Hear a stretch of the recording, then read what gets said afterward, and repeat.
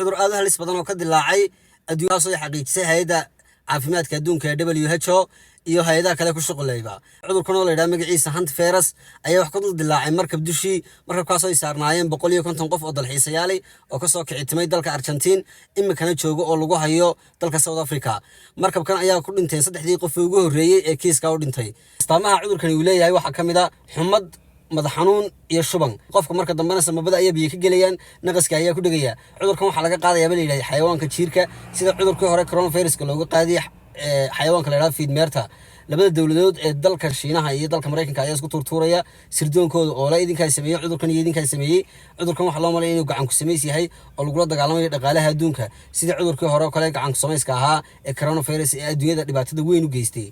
Ilaahay inaga dadkeena Soomaaliyeed ma soo gaarsiiyo iyo bulshada muslimiinta. Dadka inta markabka saaran ayaa iyaguna waxay dalbanayaan in caawimo si dhaqso ah loo soo gaaro oo laga dadgurayo markabkan lana karantiimeeyo si aan dadka kale u qaadsiinin.